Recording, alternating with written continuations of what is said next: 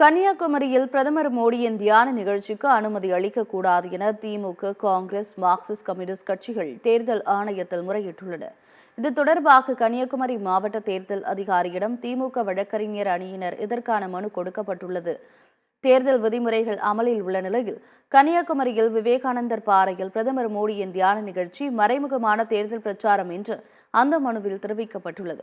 எனவே கன்னியாகுமரியில் பிரதமர் மோடியின் தியான நிகழ்ச்சியை ரத்து செய்ய வேண்டும் என்று திமுக சார்பில் வலியுறுத்தப்பட்டுள்ளது.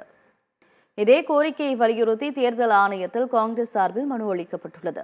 கன்னியாகுமரியில் பிரதமர் மோடியின் தியான நிகழ்ச்சியை ரத்து செய்ய வேண்டும் என்று தேர்தல் ஆணையரிடம் கொடுத்த மனுவில் வலியுறுத்தப்பட்டுள்ளது. தேர்தல் விதிமுறைகள் அமலில் உள்ள 48 மணி நேரத்திற்கு முன்பு விவேகானந்தர் பாறையில் மோடி தியானம் செய்வது விதிமீறல் என்று அபிஷேக் மனு சிங்வி தெரிவித்துள்ளார்.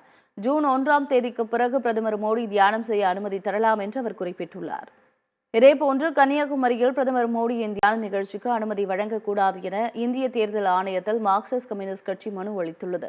ஜூன் 1ஆம் தேதி இறுதிக்கட்ட வாக்குப்பதிவு நடைபெற உள்ள நிலையில் தேர்தல் நடத்தை விதிகளை மீறுவதாக அமையும் என்று மனுவில் தெரிவிக்கப்பட்டுள்ளது. எனவே பிரதமர் மோடியின் தியான நிகழ்ச்சியை ஒளிபரப்பு தடை விதிக்க வேண்டும் என்று வலியுறுத்தப்பட்டுள்ளது.